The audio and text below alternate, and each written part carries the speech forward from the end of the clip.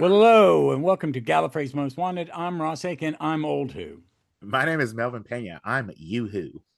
And I'm Dan Hollingsworth, and I represent Dr. Moo, Bovine Adventures in the Fourth Dimension. Dr. I've just Moo. made that. I've made that up. It doesn't exist. Oh, Melvin Jesus. is wetting himself at this It point. needs to become a meme. I want to see a bovine version of every doctor. Melvin, are you choking? Are you okay? Yes, I was choking on Someone, my own. someone needs to take real photographs of cows and then Photoshop them to look like the doctors. No, because someone will probably do it in AI, and it'll be fucking horrible. Oh, that does Yes. sound like an AI horrible Yeah, nightmare. we're not having that. Oh, God. All right. Well, let's. We're here to talk about the. Is this the fifth of the sixth Eccleston season with Rose? I think this Five. is the fifth. Five. Fifth, Yeah, yes, five. fifth, and it is called Pandemonium. We're going to take a quick pause here, and I'm going to give you all the basic information and a quick synopsis, and then we'll get to From the Jean-Marc chatting. Lofficier program No, guide. no, I just read it for Big Finish now. Okay. That's all. Doctor Who, Pandemonium, Big Finish, Ninth Doctor Adventure, Episode 4.5, written by Catherine Armitage, director Helen Goldwyn, producer Matt Fitton, music Howard Carter, sound Ian Meadows, featuring Rose by Billy Piper, Jackie, and the Ninth Doctor. Big Fish's summary: the past has broken through into the Powell Estates, and not even the Doctor knows what's happening. With more and more historical figures appearing it's a race to figure out what's behind this before the past becomes the present and all hell breaks loose. All right, so I'll go first. I listened to this twice, and I really liked it because it was simple. It was a little silly. It fit 2005 like a glove. It felt like one of those, hey, in the middle of the season, let's lighten it up a little bit and still be a little scary, or have some heart.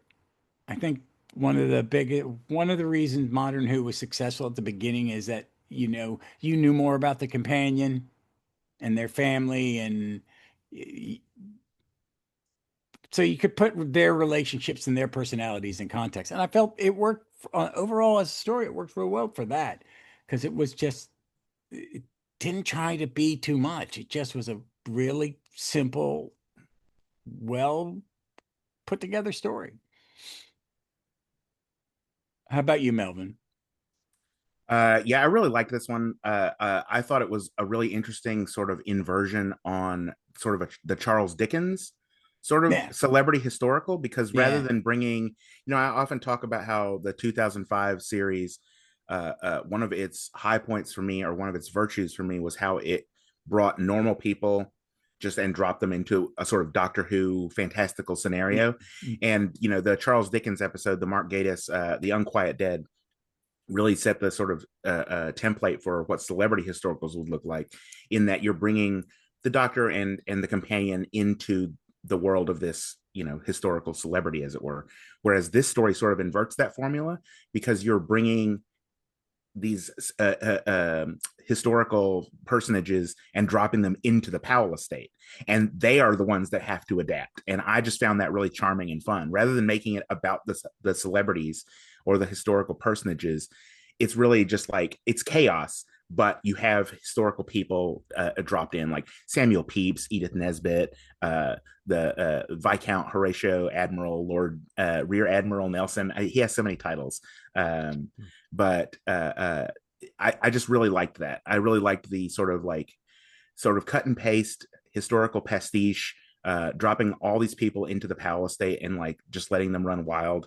I did like the simplicity of it, but I also liked that the like we've seen in earlier episodes in this range, that you get more of Jackie and her relationships with other people on the estate. Like, I really yeah. loved that the new character of Glenn, who didn't really even register for me until like towards the end of the episode, and then on subsequent re-listens, like his role, like it's a really important role. And again, I really love that these Powell Estate episodes, even though I can see them becoming repetitive for some people, really are enriching that world for me. So those are my initial thoughts.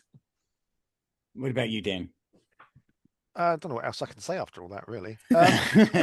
Yeah, yeah, like you were saying, it's celebrity historical, but we can't really avoid spoilers. The celebrities are there because they are historical celebrities, Mm-hmm. if that makes sense. It's basically also Doctor Who discovers local history Yes. as Yeah, well. yeah. I So it's mean, lots of things, but again, it's the classic using a science fiction trope to study some things that people do. Again, it sort of goes over some of the territory of Father's Day, but it doesn't feel like it's repeating itself. So Mm-mm. I think that it. was good. I think it's a nice counterpoint to Mm. the book, and what because you get Jackie has the opportunity to do what Rose did, Yeah, and she chooses not to. which is good. As I much as thought, she wants to, she's the one that's like, when she knows that's what's going to happen, she goes, I don't want that. yeah. He's gone. And I know, Dan, you were talking about spoilers. I mean, we might as well just say here at the beginning, like we're going to go into it, but like the conceit of the story, and again, it was really fun how that unfolded for me. Like it's such an odd sort of approach to it that it's not necessarily that's sort of what's going on here is that Glenn, guy who lives there on the estate and used to be Rose's favorite babysitter or whatever, which again is just a really unique relationship to explore. Um, has been keeping sort of like a book of local history. Like someone mentions that the characters here are blue plaque people, and so it's Mhm. sort of like stepping into I just like that image of like stepping into a blue plaque and like what is that person's like? It's like having going on like a walking tour that with a guided audio where you pass by a blue plaque and you're like, okay, switch to track 3, and then you can listen to some little details or factoids about their life. But anyways, Glenn has been compiling like a little scrapbook really of people that have lived sort of either in, around, or on the Powell estate over the centuries. And I think that's really charming and cute. Um, but the thing is, like, there's some sort of the energy, the arc of the season, right? That there's some sort of energy linking the Powell estate across time, and that is bringing these historical characters not back to life, but to life through that history, if that makes sense. Through that written history. Yeah, I like that, and that's kind of that 2005 kind of vibe of. I just that one thing I like about American science fiction is techno babble, and you have to know what they want to tell you, why the machine works, and who gives a shit. Just it makes you go fast Mhm. is all it's really necessary. You know what I mean? But the idea of that, this book, some energy is creating things or using I like the fact that they're not really people; they're just animated household objects that are Mm-hmm. made to look Yeah, like that was people. I funny. was really weird, but That all is I really could weird. do in my head was see what would that special effect would have looked like in 2005, and it would have been for a comedy beat. You It know would what have I been mean? It like would definitely the be for a bin. laugh. It'd be like the Auton bin thing, wouldn't it? You got Yes. like Jackie's That fridge, very much like that. Jackie's fridge turning into a celebrity historical person. Yeah, it's. I mean, yeah, it's again. It sounds quite stupid on paper. It just sounds like a stupid, silly episode of Doctor Who. But again, because they've got the charm and the characters, they can tackle some nice issues, Yep. and it doesn't come across as schmaltzy or just Or silly. pandering. Yeah. Oh Yeah, no, it's yeah, yeah, and but it and really could all have done. And And all the historical figures are real people. Mm. yeah. You don't got someone doing, okay, I've got to do the BBC docudrama version of this Yeah. character. Just like Jackie and see, I didn't, this is one for as big of an Anglophile as I am. I had to, I didn't remember the names, but when it was pointed out to me, or but what they had done, like Edith Nesbit wrote the Five children and it and the water babies and all that, which I've not read. But then I the went, oh, railway I know children. who she is. Yeah. I know. And the guy. So was the drunk guy that got started the Great Fire? That no. Samuel Pepys was a diarist and chronicler, so he kept Um, a very meticulous diary, and so it's largely from his accounts that we have so much detail about the Great Fire of London and the plague. And of course, Daniel Defoe is living at the same time, so he wrote a journal of the plague year. Like diaries were, I mean, it really became a huge Just thing in the late 17th century, around the time of the Restoration. Yeah. Okay, that's all right. Sorry, I know a lot about Samuel Pepys. See, I didn't know. I didn't know who he was, and which is good. I mean, he's like the man that did the telesnaps of the missing Doctor Who episodes. He's like that, but for the past. Yeah. To put it in Doctor Who context, he's the Roger Kura. Is that his name? Kura? Yes, he's the Roger Kura of the Great Fire of London, or whatever. I don't know. Oh my god! But see, that's the thing is like, why wasn't I don't understand. I can't remember actually. I don't think he was though a character in Peter Davison, Great Fire. No, he's not in Visitation. No, he's not the Visitation. No, but that's one of the interesting things to me is that, you know, for celebrity historicals, especially for the new series like RTD onward, you know, until we get to the Chibnall era, we don't really get minor historical characters. So that was a little bit not necessarily jarring, but I found it interesting that they sort of took a sort of Jodie Whittaker approach to celebrity, because these are sort of minor historical celebrities. I mean, aside from Nelson, but Nelson barely gets a look in. He's just sort of mentioned a few times. He's just too easy. Yeah, you know what I mean? It's too easy. He's not as interesting because a lot of us have to figure out who they are, be taught who they are. But I also like that they've decided wherever Powell Estate is, and they found famous people in from South London. South London. Yeah. So is that just a big South London bucket? Well, they said because Kennington is in South London is where it's meant to be, but I haven't researched where these characters have been, but they could have just visited that place. So yeah, it's because the blue pack will be and we have highway plaques in this. This is in America. We have highway plaques. Yeah. Mm-hmm. Oh, Melvin, they unveiled a new one in North Carolina yesterday for Andre the Giant. Yes, I almost texted you. It's like, oh, I'm gonna go see it eventually. Dan, what were you saying? Oh, I can't remember now. It was just about, we don't know if Inez ever visited Kennington, but she may have done, so it doesn't matter. I have to say, I could easily listen to an entire series of Jackie Tyler in a flat share sitcom with Edith Nesbit. That was amazing. Who's just weird and posh, and Jackie's just like, oh, shut up, Edith. I would happily listen to that. I know I always take the piss about Big Finish will just get Jackie Tyler and some Crotons, but Jackie Tyler and Inez Nesbit. That was incredible. I would buy that. I would too. It works because it's weird and it's funny, and that's what you need. But again, this starts with they treat it with respect that it is a real relationship for Jackie. Yeah, and she's lonely. Yeah. I'm sorry, Dan. Go ahead. And I'm saying it's never sneery at Jackie, which is good. Mm-hmm. It's always done with love, which is what we like. But yeah, I like how the Doctor makes up some sci-fi bullshit about why it's happening, but clearly knows that it isn't the case. He's like it's a temporal. It's like a temporal hole in the carpet. A temporal bleed through due to too much TARDISing. But obviously, it's kind of works on both levels because we're like, why are we here again? Yeah, you know, we're kind of playing on the audience's expectations as well, so that works quite well. And again, I don't mind all the Powell Estate stuff. I assume a lot of Doctor Who fans are getting right narky about this, but I'm not. I don't mind it. Again, I like that that it's a different approach to it every single time. Like I was about to say, the extent to which these are sort of minor historical celebrities, the ones that they choose to focus on, Edith Nesbit, Samuel Pepys, like they have a sort of connection to, and we've talked about this before on previous Eccleston episodes. They sort of have a connection to the way that Eccleston thinks and the things that are important to him. Like Edith Nesbit, like one of the things they focus on here in this episode is her work with the Fabian campaign, which Fabian has to do with like a Roman military strategy of just like wearing people down over time as opposed to like big military assaults.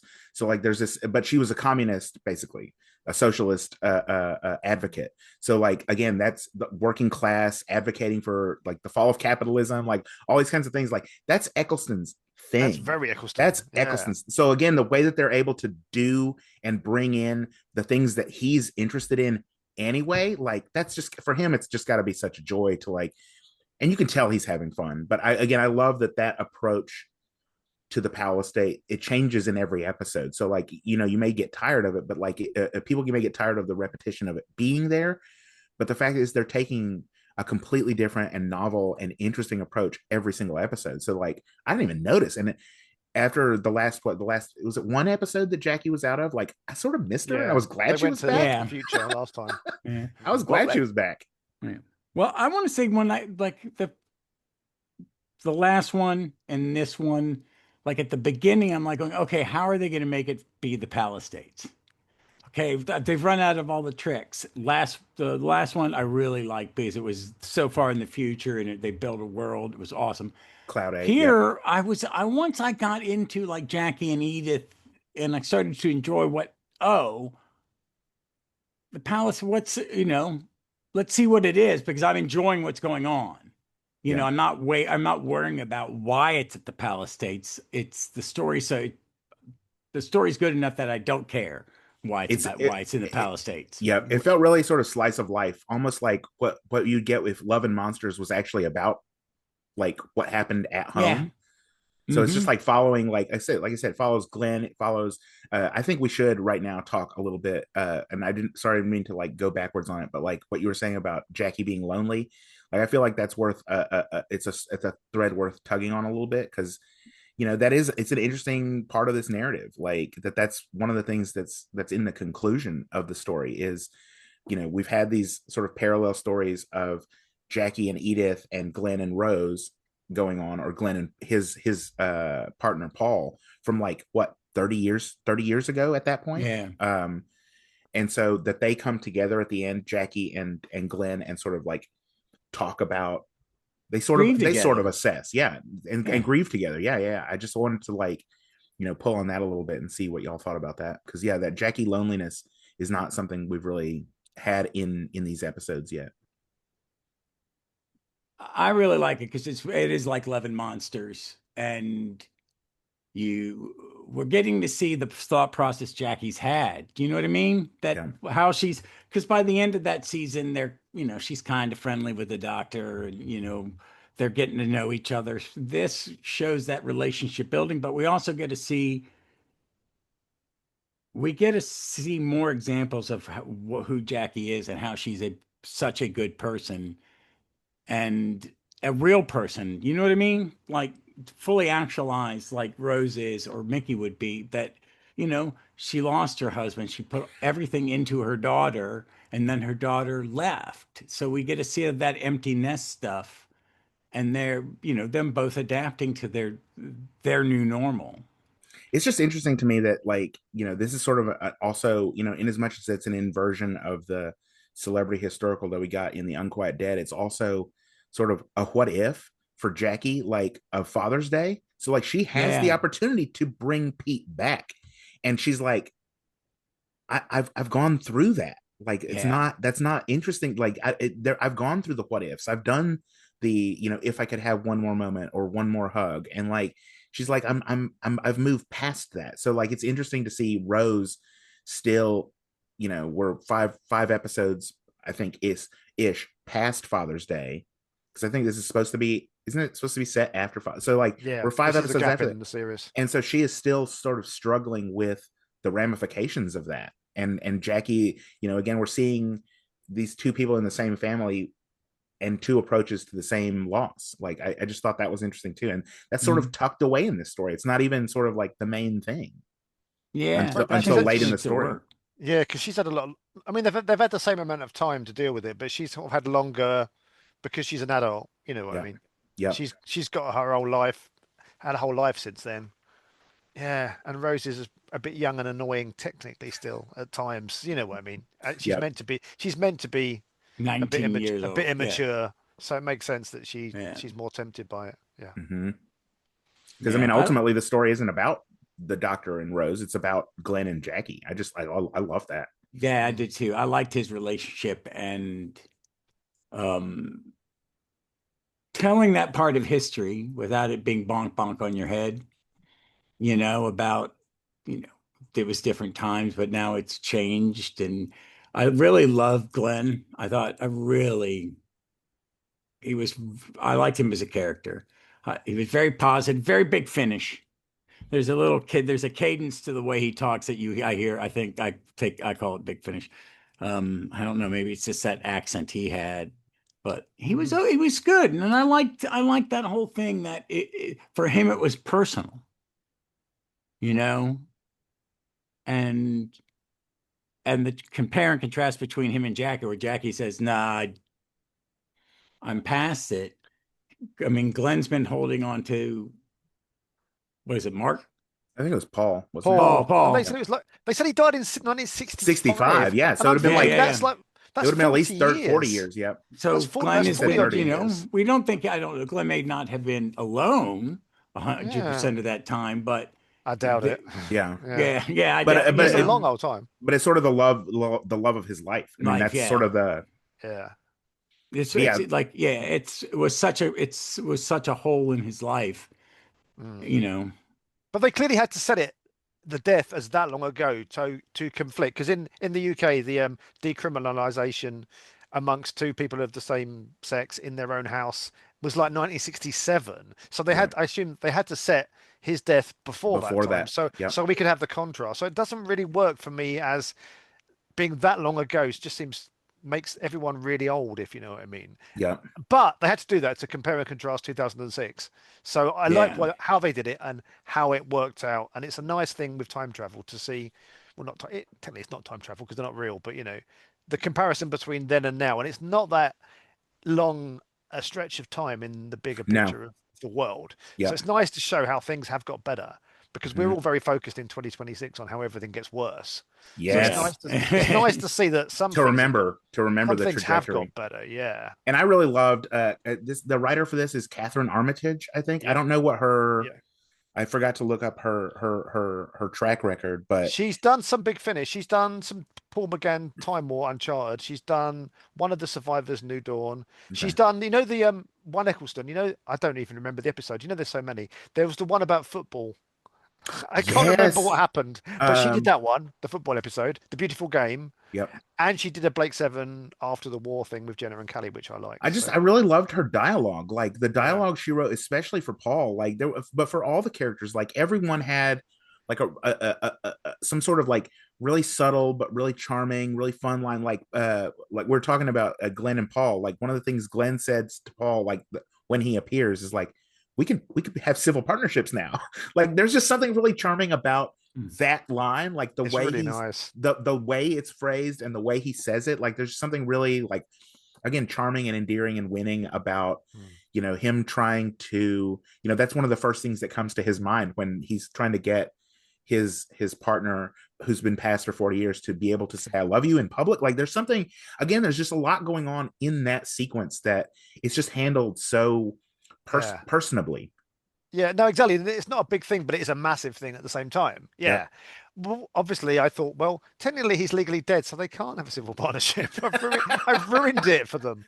But, you know, and even then, like in not that long after 2014 or whatever it is, there's marriage equality in the future. Yeah. You know, they haven't got to that yet. So again, times change again post 2006 where this story is set. So it's nice to see, because in some ways, this Doctor Who is, you know, this is like a period Doctor Who in a way. Yes, which is something I think we talked about the last episode. For our listeners, go back and listen to Gallifrey's Most Wanted episode 194, where we actually talk about that sort of retro future, or the future of the past, because, you know, now we're, you know, 20 years, 15 years on from the original, from the 2005 series. Like, we know what the next 20 years looks like. So you can go back and set stories in context like this, where exactly, like, you may not have to point it out, but you know, like, people know that that social norm changes again. Like it's really kind of awesome. But it's one of my favorite things about the sort of patchworkness of this particular story, that you're getting characters from, you know, across sort of 400 or like 1,000 years, like going back to Celts. Like I love that there's like a Celt running around, like but again, like you know how things develop, you know how things change. I did like Glenn's line, once you confiscate the swords and teach them how to use the toilet, they're really not much trouble. Yeah, that makes sense, because they'll have a wide range of life experiences, all these people. And again, that's Catherine Armitage giving, like, again, the writing is so good in this. You know, you don't realize, it doesn't matter that it's such a strange, like a sort of odd, chaotic, domestic, small scope because again the language the dialogue is so rich. Yeah, it And seems believable because emotionally it's believable, and that's what matters. You can have a ridiculous concept in Doctor Who, but as long as you believe in the characters, it's okay. Whereas in some like TV dramas, like now, for example, that are set in the normal world, they can be completely unbelievable because characters just act ridiculous. Whereas Mhm. this, it's got an internal consistency. So I'm fine with these ridiculous ideas of like Jackie getting upset that the historical people are nicking things, and then it turns out that they're not nicking things; they're just turning into more It's turning historical into them, yes. people. Yeah, when Yeah, because I had to normal. pause when I was listening to it the first time. It was like, did they just say that the refrigerator is eating? Yeah, it's just odd. And then I kind of will look at it and went, okay, I can see that special effect in In 2005. In my, 2005, yeah, I could see it in yes, that, like because it some of looks that like them it looks like the dodgy. Auton Mickey or the Mm. plastic or the animated wheelie bin. Oh my God. Well, I was Yeah, just thinking oh, about some of the that CGI of That's again. the what it looked like running in my head, Slovene when it was Mhm. like going, running down the um, hall. yeah, it was like Yeah. you could have. Yeah, I don't think you guys got that yet. It looks fine when they're from the But that's front, the but cool thing is that that's how I was seeing it in my head was like the dodgy 2005 CGI, and I'm like, this is really charming. get set. Mm. Very claustrophobic. Um, I did like the soap opera part of this. That the interpersonal things. And that they keep. What I would say is they've introduced a bunch of new people from the Powell Estates that have been interesting enough to. Could we get some? Can Glenn and the two old ladies from two stories ago? I hope they all come back for the finale. In Yes, a finale tradition, that would just be Yeah, absolute chaos. bring everyone back and bring them all in the yeah. TARDIS. Oh But God, the other no! thing about that, I need like, you all to fly this artist. it's not only the soap opera part for me. The other thing about this story that I kept noticing over and over again is like I don't know. There's a real tactility to it, and a real like because they keep talking about the way things smell. And you could like when Kit Eccleston is talking about the hole in the carpet, like you can just like there are things here that you can see and feel in a way that like feels like you're there in the council estate. Like it feels lived in, it feels worn, it feels comfortable in those ways. And again, I think that's down to the writing, but like it just it really felt grounded and smelly and like tactile. I don't know if that makes sense, but like that's again Yeah. how it sort of felt. Oh, Like it just felt Smell memories are important. Totally. it just Smell felt is a lived. key thing. It felt lived in a Mm. way, which I really liked. Um, oh, I wanted to say there was another line that I really liked right at the beginning, um, where Billy Piper. I mean, she and Eccleston, like we got to talk about them too because they're so good. They're so good and they're so funny. But Billy Piper right at the beginning is trying to justify why London is fine to visit, and she's like, "We've got culture and stuff." And I was just like, but the way she says it, like she's so invested in it, and she's like, "Culture and stuff." Got so much stuff in London.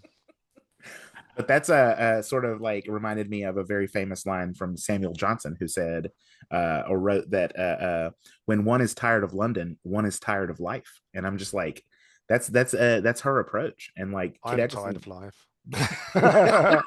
I went to London a few days ago, actually. And I went to see like a cartoon museum in London. It had an exhibition. This is relevant. It had an yes, exhibition about the future from the past in like sci-fi in comics, like mm-hmm. 2000 AD, and it had a couple of early Doctor Who weekly Dave Gibbons pictures and a few other things as well. So yeah, again, tying in with this, I like seeing how the future looks via the past and how much is relatable. Yeah. Yes, It usually It isn't, is. to be Yeah, honest. because Mm. all through like all science fiction, it's always really off or a little more ambitious about the future Yeah. than But yeah, Yeah, I mean, I'm not really tired of London. As you get older, it just gets more exhausting. I suppose there's similarities in America where it's just like when you're young, going to wherever is like, oh, that's really exciting. And when you get middle aged, it's like, oh God, the noise, the people. yes, And I like how the doctor moans about London prices at the beginning of this. It's like, yeah, yeah. Oh my God, the price, for instance, whenever we're at the BFI in London for the Doctor Who screenings, it's like because there's lots of people from all around the country. And anytime you can almost see it in people's faces when they go to the bar and buy a pint, it's like, how much? £7 something, £8, even with a BFI membership thing. Jesus. Mhm. But when I go away, like if I go up north in the UK, I've been like made a complete tit of myself in pubs in like random places, going, "Oh my God, you're so cheap!" Like, and then the whole of this little pub looked at me, going, "Yeah," because I'm like, "Oh, they're from London," you know.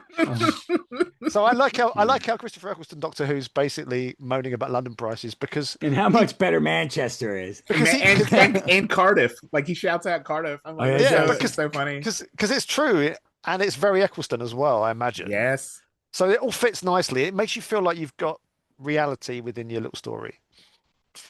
The other thing I wanted to bring up, and I don't know if this is intentional or not, but the beginnings, that opening scene where they step out of the TARDIS and it's just chaos everywhere. It's like Romans and Samuel Pepys is like fencing with Viscount Nelson, and like it's just craziness happening everywhere. It sort of reminded me of, I was just like, are they making fun of Ravagers? Because Ravagers was the same thing. Oh, like all of his, yes, because they were bringing that original Ninth Doctor set. Memory. It's like every historical period is happening at once in where he lands, and I'm like, are they doing Ravagers right? That happened in Doctor Who as well. Could be.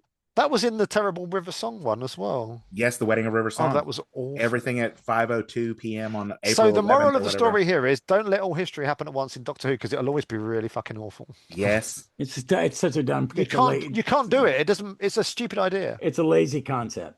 Yeah, and it doesn't work as well. It doesn't, because you cannot illustrate it in any medium. So just don't go there, right? It sounds like a bad Next Generation script or holodeck episode. It's a holodeck bollocks episode. Yeah. No, I can't get. I love Star Trek, but I do hate a holodeck story. When I did my rewatch, I was like, right, I'm going to delete. I'm not watching any of the holodeck ones. Most of the ones about Data. Oh, no. I love the ones about Data. Oh God, Data, just shut up about your fucking cat. How about the Western about and Data's? No, all the characters in it. But I did like the holodeck one with Worf and random Deanna Troy's mother taking a mud bath with a little Klingon boy. I love that episode. See, I can't stand any Loxana episods, and I can't stand any Alexander episodes. But when you put them together, it's gold. Yes. I didn't watch any other Loxana. Can't say it. That one. Basically, I introduced my husband to Star Trek Next Generation, so I removed all those Mrs. Troy ones, apart from that one. So it's weird that I kept that one. It's good. It's good. Oh Whereas if Doctor Who had a similar character, it would be really good. But Star Trek, they don't quite get the. Well, I mean, isn't that what Jackie is? Isn't that what Jackie is? My sense of humor. I think it's an English thing, isn't it? Yeah. If she was in it, she would be like a Jackie person, and she's really great. But if Doctor Who was American, Jackie would be fucking awful. That's true. Wouldn't she? Sorry, no offense, Americans. You know what I mean. I get the subtlety of it. Jackie would just be a lonely, miserable woman who's just a nightmare. Whereas in Doctor Who, she's written really well. She's got a lot of depth, and she's acted very well. And that's again, it's one of the strengths of this range, is like making her a sort of main character of the ensemble, which is just like, it's really lovely to get so much more of her. And again, shout out to I can't stop like thinking and praising Catherine Armitage here, because again, the way she writes the Doctor and Rose and Jackie, like the stuff she puts in their mouths, it just feels real, you know, like the way Eccleston talks. He mentions the loop thing that you were talking about a moment ago, trying to put it in sci-fi words, and then he's like, it's like rubbing a hole in the carpet. Like it's something that's something the Eccleston Doctor would say, as opposed to like, you think of the Tennant Doctor, who would be like, I didn't want to say magic door. Like Eccleston's not a magic door guy. He's a hole in the carpet guy. Or like Rose, she's like, maybe it's some kind of history monster. Like that's something Rose would say. Like it's just the you know, they're not just writing organic generic Doctor Who scripts. Like people are writing for the characters. Incredible. The writing is always really good. As we always say to everybody all the time, the writing in these Ninth Doctor Rose and in the 13th Doctor Yaz ones, they're both, to me, it's great. Every month we get one each month of either back and forth. Every other month, and they're both as good as each other. They both take all the best elements of these runs of Doctor Who and just make a treat. basically. It's really, it is superlative writing. Yeah. Yeah, They just get it they've gotten spot better on. and better. I mean, I was kind of like going, Powell Estates. How are you going to stretch that out over a year? But it's working fine. And again, Just we working. don't know at this point if it's going to be Dan. I think you were conjecturing on the Jody one Yeah, I'm not because I sure. feel like it's useful here to compare them at the moment because we're about halfway through both, or almost at the halfway point.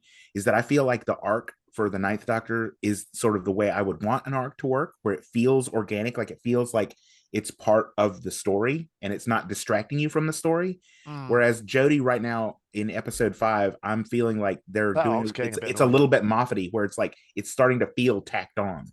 Yes. Whereas this, I don't mind, and they're in the Powell Estate again next time in this. Yep. But it looks like we haven't got Jackie because something's happening. Yep. But I'm hoping Yeah, that that's kind of a crescendo of this part of the story because we don't need it. yeah. We got the maniacal laugh at the end, Yep. Yeah. which is I kept going. Is that an old recording of Valentine Doll? Or somebody, was it, who is it? Is it going to be a big bad? Is someone new, someone old? But I didn't mind it. It means I like that this is the first time they've done it. We're getting closer to it. If that had been happening at the end of every episode, we'd be like, who cares anymore? Yeah, and it's the same No. sort of thing I mentioned in the last episode, the last Eccleston episode, which is that at the beginning of this one, they refer immediately to the events of the last one. Like in the last one, they were like, "Yeah, when the what we just did," and then at the beginning of this one, they're like, "Yeah, we were just on Cloud 8 or whatever." And I'm like, so they're purposefully making it continuous, but in a way that doesn't make it feel like shoehorned in. Like you can Yeah. tell that this is a developing narrative, and I really like that. By the end of this one, they're like, yeah, it just keeps bringing us back here for some reason. Like, and I like, again, I feel like the arc here is working in a subtler and more integrated way than it currently feels like in Jody. And again, maybe we're too early, and but that was the other part I was going to say is like we don't know. You were saying on the last Jody episode on Trap One, Dan, Yeah. like, is this a 6-episode arc or is it two We're not 6 really episodes sure. or is it a 12? We don't Yeah. know. With this one though, with Eccleston, for the blurb for next time, the producer says it's the climax of the initial arc. Okay, there it is. So Okay. maybe this resolves something, but then we'll go off a little bit, and that's perfect because Yep. we need to solve the why are we at the Powell Estate all the time thing because it's just it's going to get a bit frustrating. But even though we love the Powell Estate, and I'm not complaining about being there, Yep. but Nope. you don't really want to do maybe. I mean, this may only ever be the only ever 12 episodes they do together. They We do. don't Yep. really want to. We don't. We obviously we want them to do more, but we Yep. don't want to have a situation where they spend most of those 12 episodes in the same place because you've got a Yep. whole world of stories to explore. Yep. But I have no faults with what they've done so far, but they need to open it up a bit, I would say. Yep. And yeah, I just again I was so skeptical when they first announced that Kit Eccleston was going to do audios, going back to Ravagers, about how it was going to be, what it was going to feel like, and like I was really sort of wedded to the idea of I don't need Billy Piper back. Like I really like hearing Eccleston and having, like you say, more expansive, different kinds of adventures that don't involve Rose. But having her back, like it's what's really surprised and thrilled me these first 5 episodes. Again, last episode sort of accepted, is not necessarily again how much I love hearing Kit Eccleston and Billy Piper back together, but how much Jackie is a part of this team. And it's been such a joy. Like again, we've heard her in other Big Finish audios, but to hear her with them it's been such a gift. She's my favorite, to be honest. Yeah, they're very generous with what they're giving her. You know what I mean? That she's just not the cartoon. The writers are giving her real meaty things to say. Also, she's just as an actor, she knows her character. She knows Jackie. I'm really excited that next month I should be meeting her. I've never met her before. I'm gonna get a photograph. I don't know what to You do with it. I better. need to think. I did Take one of those fucking audios. I did ponder getting some bottles of vinegar and just like doing like a Slovene. But you see people do that at these conventions with the photos. Sometimes people will bring stuff. Oh my God. And I'm kind of tempted. Or I could just bring like a Slovene dolly and just like, Yeah. I don't know. I am a middle-aged man. I need to be. Well, you make sure and tell her from us that these are This I just will. brings me No, I so much will. joy. Whenever I get signatures, I will always tell the people, I'm like, we've been really enjoying your whatever, Yep. because I want to tell them this Yep. because we really enjoy what they do, and it's nice to be told that you're doing things Yeah. that people enjoy because And there's that one line she what it's has in this about. that's sort of tucked away and kind of gets lost, where she's telling, I think it's Edith actually, about when the doctor like swans off to do something. She's like, he's actually for all his craziness and the chaos, he's the most reliable man I know. And then Edith gets that great comeback, and she's like, well, you must not, do you know very many men? Or something like that. Oh, But it's cool because again, it's like that's Ninth Doctor era humor. Like she's allowed to say something really vulnerable about how attached she's become to the Doctor, and like it's immediately undercut. Like I love that. Like I love it. I love it. I love it. Yeah. I do too. It's just I'm hoping they're all in the same room. At least I know Eccleston and Billy Piper probably in the place at the same time. yeah. Um, At least for some of them, they were. yeah, Yeah, but Jackie, she's so this good one in is. these. It's so good in these. On the website, it says Um, the recorded date on the website for this one just says 6th of December at Soundhouse. So that's a good sign. And looking at the photos, you've got the picture of Chris and Billy, but that's just the general publicity one. Yeah. You've got, yeah, it's hard to tell because this is the thing. Sometimes even in the old days with Big Finish, when it was purely studio only, and no, pre-COVID, even then you wouldn't get everybody in the pictures at the yeah, same because time. Yeah, And I still because haven't heard. I still haven't heard the extended behind the scenes for this one yet. So I don't know. Whereas next month's one, it says recorded on various dates in April and May 2025. Um, Recorded at Fitzrovia Post. So to me, that implies that most of it was done remotely because everyone's in post. yeah. We don't know, but it doesn't really make a lot of difference to the sound level. The quality. no, but I mean it No, would you for can't the tell. performance. Yeah, yeah. For You think them, it would, wouldn't you? Yeah. put them together because a lot of acting is reacting. I mean, Yeah, and it's being nowadays in also the they like up to a few years ago, they always had like the booths thing where they could kind of see each other in See the each booths. other. Yeah. They seem to not have yeah. the booths anymore. Most Anymore. of the time, Yep. they're not at Soundhouse. They're not really in booths anymore. They've got different spaces, and they'll use a booth for someone if they've got a voice effect, because otherwise it leaks out into Yeah. the other tracks. But yeah, it's a complete mishmash now of people in the same space, people in booths, people on remote. There's just whatever They're doing works. this. But Well, it means actors getting all yeah, scheduled, man. but That it must means be they a can get listen. things done. Yeah, they can Yes. easily Yeah. organize their production. Because even And I, like even scheduling a bloody podcast is a nightmare. Imagine scheduling one of yes. those things. With actual Yeah. people who have like actual like Yeah, it's hard work. When that's not your job. You just That's it must be really hard to get. I'm glad that they get there and get it done. yeah, they do. I mean, they get the. I've been someone who ordered the cassette of Sirens at time. They have done nothing but get better. Hmm. You know, well, they've I mean, that's done the thing. The previous Jody audio, I think it was the Ride or Die, the one where they went to like the weird planet where the people were at war all the time. Yeah, They were not. Jody and Mandip were not in the same studio at the in same different time, days. and Yeah, you could not tell. Like they've gotten that good at it. you yeah. usually can't. Yeah, only in the early days of the COVID one. Sometimes it just felt a bit stilted with some Yeah. people, but then it was a terrible time. So, and Yes. people were recording like under their duvets, and yeah, and Yes. sometimes the tech wasn't as good, and so on and so on. No. But No. it carried on, and we're glad it did. All right. Well, let's wrap this up. Any final thoughts, guys? Hmm. Anything you're looking forward to in the next We've one? Do kind we of know what we've the kind next of one's called?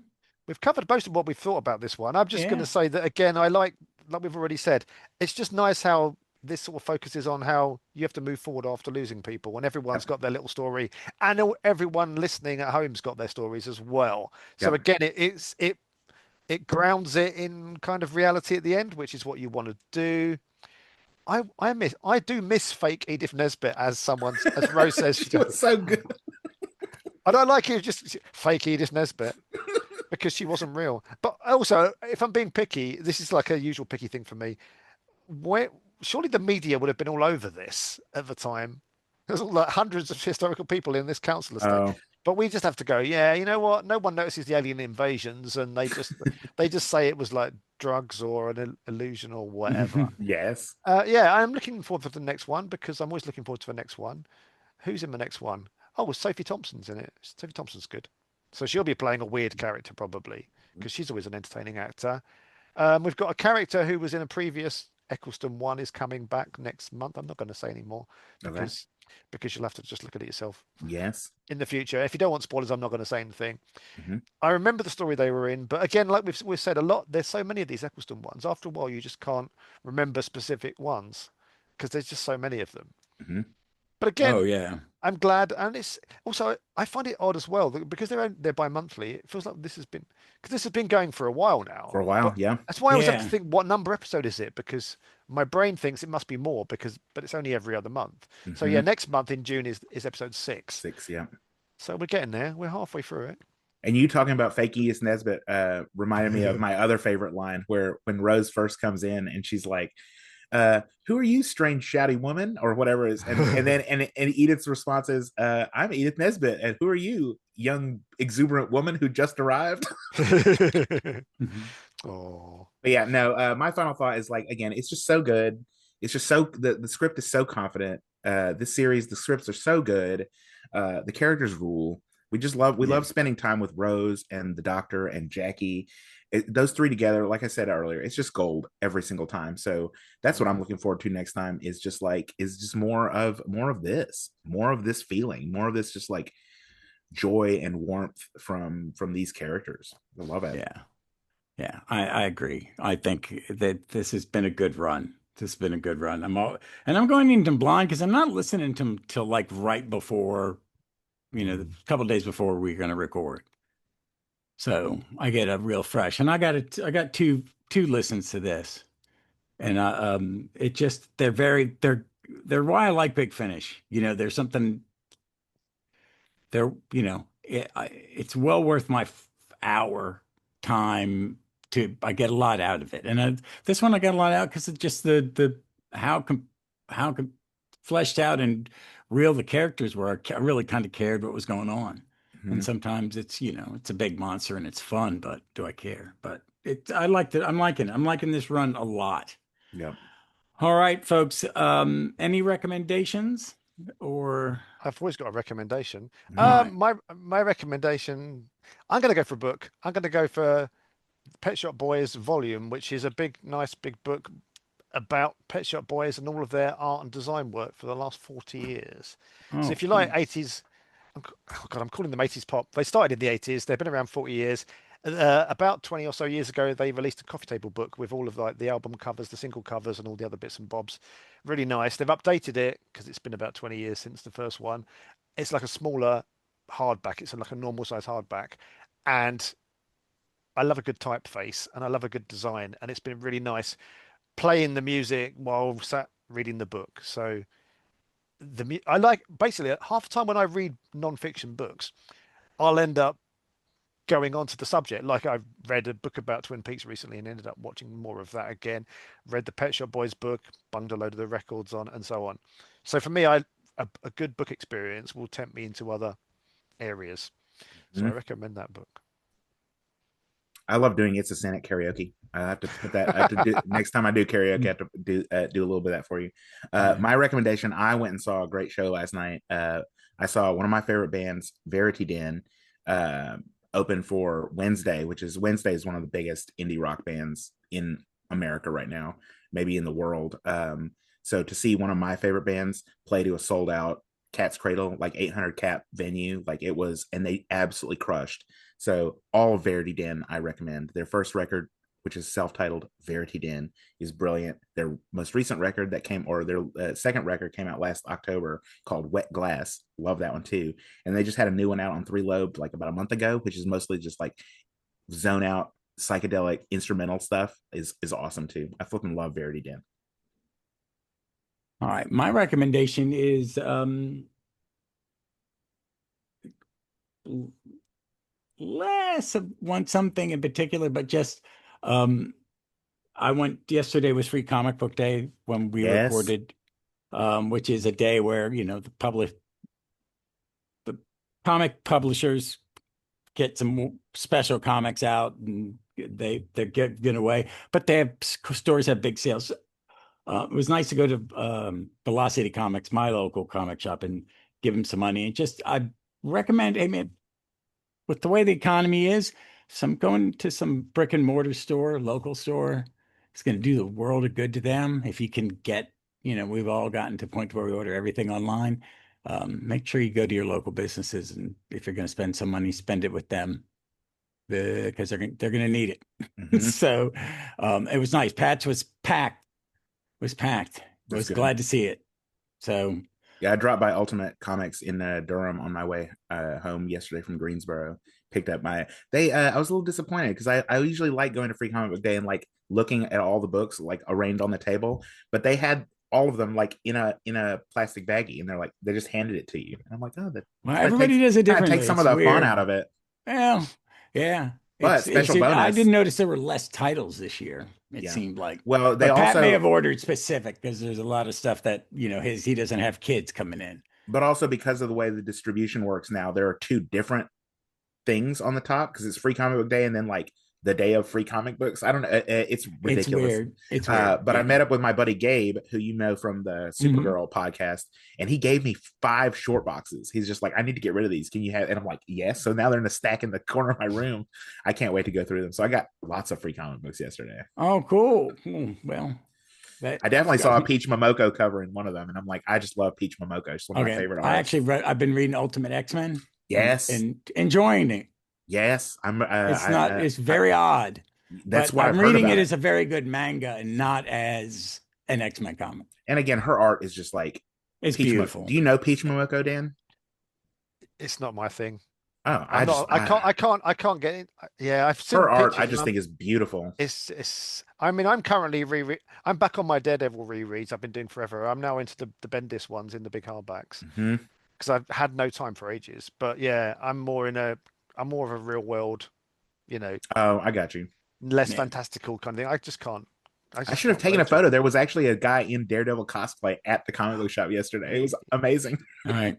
Oh, speaking of amazing, Melvin, I finally got I got the hardcover slipcase of Helen of Windborn. Oh, Helen of Windhorn, yes. Oh God, dude, and I got it with it's got gold embossed. Pretty, and I haven't read it because it's just every time I open it, I just want to look at the art. Yes, that's Tom King, Bilquis Evely, the same Clayton Cowles, Mateus Lopez, the same exact team that did Supergirl, Woman of Tomorrow. Oh my God! Same and team. the art is it's just amazing. It's so amazing. And they actually rode and they rode the wave because it was literally the next thing they did after Supergirl, Woman of Tomorrow. I'm very excited to read it. All right. All right, folks, thanks for listening. And as always, hey, we look forward to seeing you somewhere in time or space.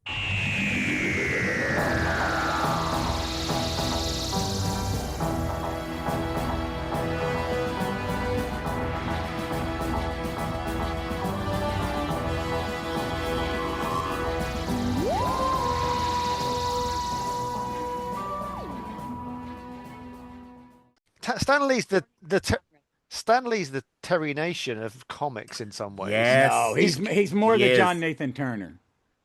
Yeah, that's even worse. Like no, that's not a bad thing. I mean, the thing that he kept Marvel alive, yeah, 2 or 3 times when it was about to fail. J&T was good at publicity and keeping things going, but had no fucking clue about art. Whereas Terry Nation had ideas, but then he just got very lazy and wanted to get all the money and the credit. So he's sort of the amalgam of those two. Yeah, he is really that. Because he was an idea guy. Because he would say, I want something like Challengers, Jack. Yeah. And then that's all that was. Jack, you created Challengers the Unknown. Could give me another foursome. Okay. And Jack probably took 15 minutes and was on to the next one. Yes. All right. Let's get because this one didn't have a box. It was only $3.95. Oh my God! Is this like another one now? See, this it's the Mr. Clever one. I like getting when I go to conventions at the dealers' rooms. They'll have like all the boxed figures, but then they'll have loads in little plastic bags. Loose dolls, yes. Loose dolls are so cheap. I'm like, loose dollies. Gotta have a doll. There was a giant tub that was like a Lucky Dip. It was enormous, and I'm going, fucking hell. There's like about 100 of those shit little Time Lord figures that no one bought. You're like rummaging around, going. And then you find something really cool in there. There he is. It's cute and fun. Make the screen cap of that. Hold on, hang on. Hang on. Let me just check I've done it. Hold on a sec. I've done it, but let me just check by edit and pasting it in to see. I've got at least one of every Doctor. I'll send it to you later on. Yeah. Okay.